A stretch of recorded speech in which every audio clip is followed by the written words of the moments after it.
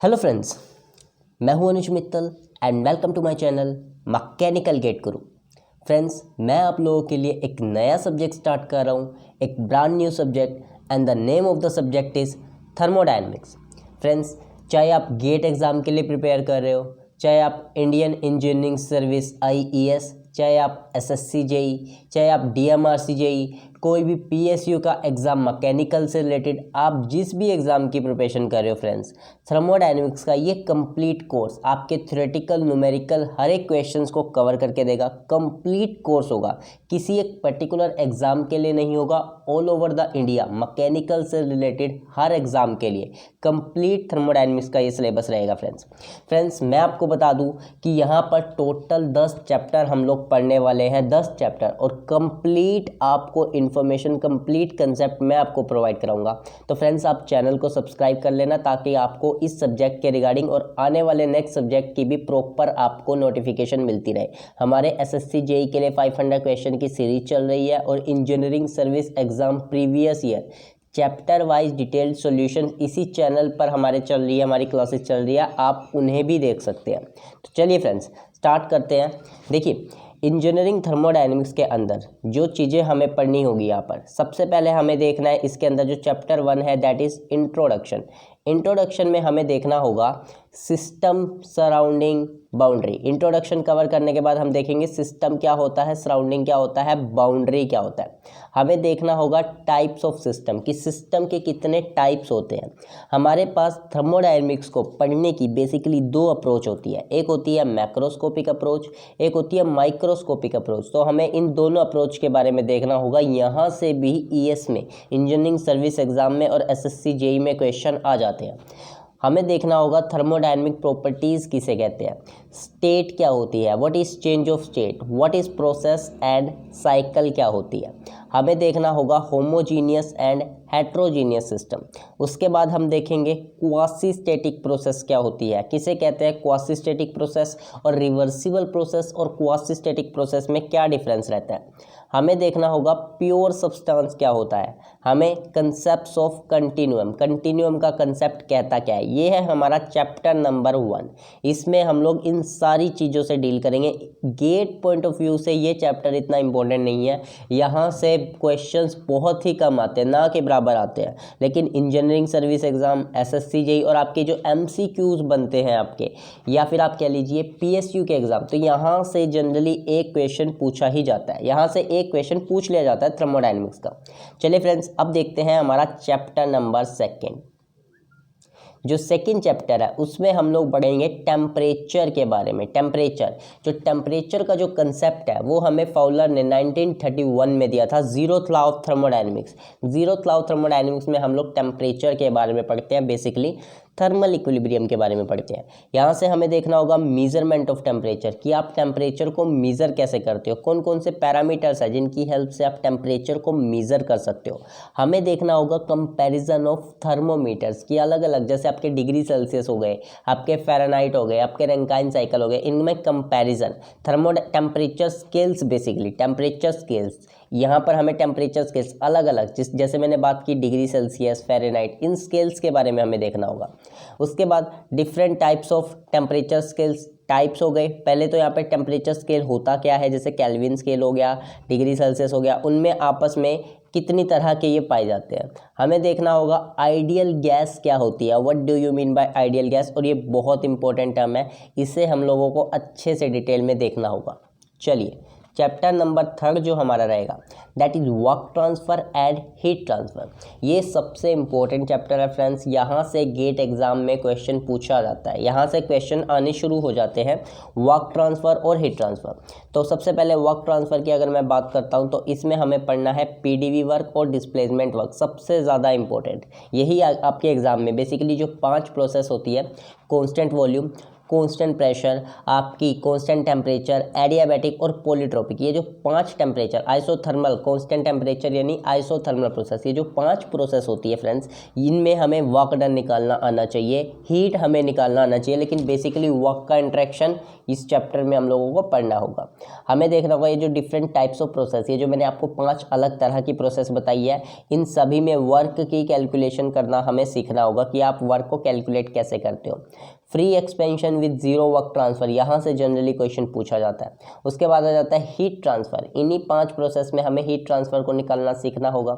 Specific heat and latent heat के concepts को देखना होगा और हमें करनी होगी यहाँ पर प्रॉब्लम्स। गेट एग्जाम में जनरली यहाँ से क्वेश्चन पूछा जाता है। चलिए अब देखते हैं चैप्टर नंबर 4 क्या है। Chapter number 4 very important, that is first law of thermodynamics.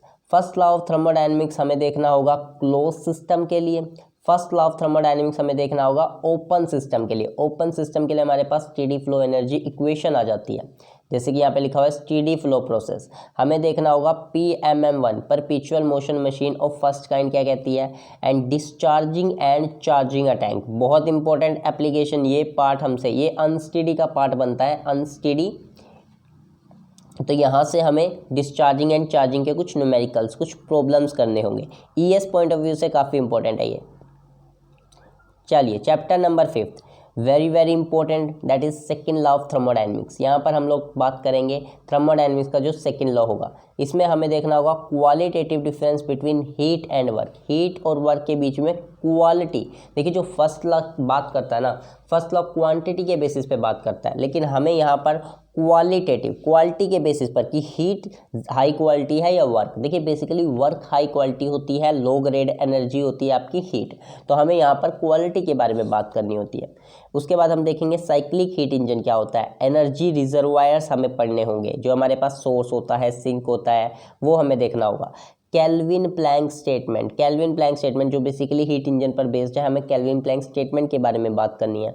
क्लोसियस statement हमें देखनी होगी। उसके बाद हमें देखना होगा refrigerator and heat pump, Carnot cycle क्या होती है, कार्नोट थ्योरम क्या होती है। हमें देखना होगा condition of reversibility and types of irreversibility, कि इरिवर्सिबिलिटी के हमें टाइप्स देखने होंगे। तो ये हो जाएगा हमारा चैप्टर नंबर 5। 6th चैप्टर बहुत इंपॉर्टेंट, यहाँ से क्वेश्चंस बहुत ज़्यादा पूछे जाते हैं। एंट्रोपी, एंट्रोपी में हमें देखना होगा क्लोसियस थ्योरम क्या कहती है, 2 reversible adiabatic paths can not intersect each other, derivation of entropy. ये जो आपकी एक स्टेटमेंट, जनरल स्टेटमेंट बनती है कि जो आपके 2 रिवर्सिबल एडियाबैटिक पाथ होते हैं वो इंटरसेक्ट नहीं करते, कभी भी इंटरसेक्ट नहीं करेंगे, उसको हम डिटेल में देखेंगे। हमें देखना होगा एंट्रोपी की derivation, derivation of entropy. TS diagram, temperature entropy diagram. Entropy generation for close system and open system, दोनों सिस्टम के लिए हमें एंट्रोपी का जनरेशन देखना होगा। First law and second law combine, यहाँ पर हमारे पास फर्स्ट और सेकंड लॉ को कंबाइन करते हैं, हम इक्वेशन जनरेट करते हैं, उससे हमें अच्छे से देखना होगा। देखिए अब आता है हमारे पास 7th चैप्टर, और मोस्टली बच्चों को यहाँ पर डाउट रहते हैं, available energy, availability and irreversibility. हमें देखना होगा अवेलेबल एनर्जी क्या होती है, क्वालिटी ऑफ एनर्जी क्या होती है, what is maximum work in a reversible process, किसी रिवर्सिबल प्रोसेस में आप कितना मैक्सिमम वर्क कर सकते हो। Reversible work by open system exchanging, useful work किसे कहते हैं, डेड स्टेट क्या होती है, अवेलेबिलिटी क्या होती है, second law of efficiency, second law की एफिशिएंसी क्या रहेगी। 7th chapter. अब देखिए चैप्टर नंबर 8, चैप्टर नंबर 8 बात करता है प्योर सब्सटेंसेस के बारे में। प्योर सब्सटेंसेस में हमें इसमें देखना होगा PV diagram for a pure substance, यानी कि pressure volume diagram for a pure substance. PT diagram for a pure substance मतलब pressure temperature diagram for a pure substance. TS diagram for a pure substance, temperature entropy diagram. SSC JEE में generally यहाँ से question पूछे जाते हैं। HS diagram for a pure substance, यानी कि आपका एंथैल्पी एंट्रोपी डायग्राम। क्वालिटी और ड्राइनेस फ्रैक्शन, जो हमारा वेट रीजन में क्वालिटी होता है, मास ऑफ वेपर अपॉन में mass of vapour plus mass of liquid, that is हमें उसके बारे में देखना होगा। Charts of thermodynamic properties and measurement of steam quality. Friends मैं आपको बता दूं कि आपका जो पावर प्लांट है, जो भी आप जो आपके आईसी इंजन हो गए, जो हम पावर प्लांट की बात करेंगे, जब हम पढ़ेंगे अच्छे से ब्रेटन साइकिल के बारे में आपका, तो यहाँ पर आपको पावर प्लांट के लिए ये चैप्टर बेसिक रहेगा। ये ही चैप्टर हमें पावर प्लांट में, स्टीम टरबाइन में हमें एज इट इज़ यूज़ करना है। तो ये चैप्टर हमारे लिए बहुत इंपॉर्टेंट है समझना। इस चैप्टर को आप बहुत अच्छे से समझना। यहाँ पर चैप्टर तो हमें सारे ही कवर करने हैं, बट जो पावर प्लांट की जो बैकबोन रहेगी वो रहेगी आपकी प्योर सब्सटेंसेस।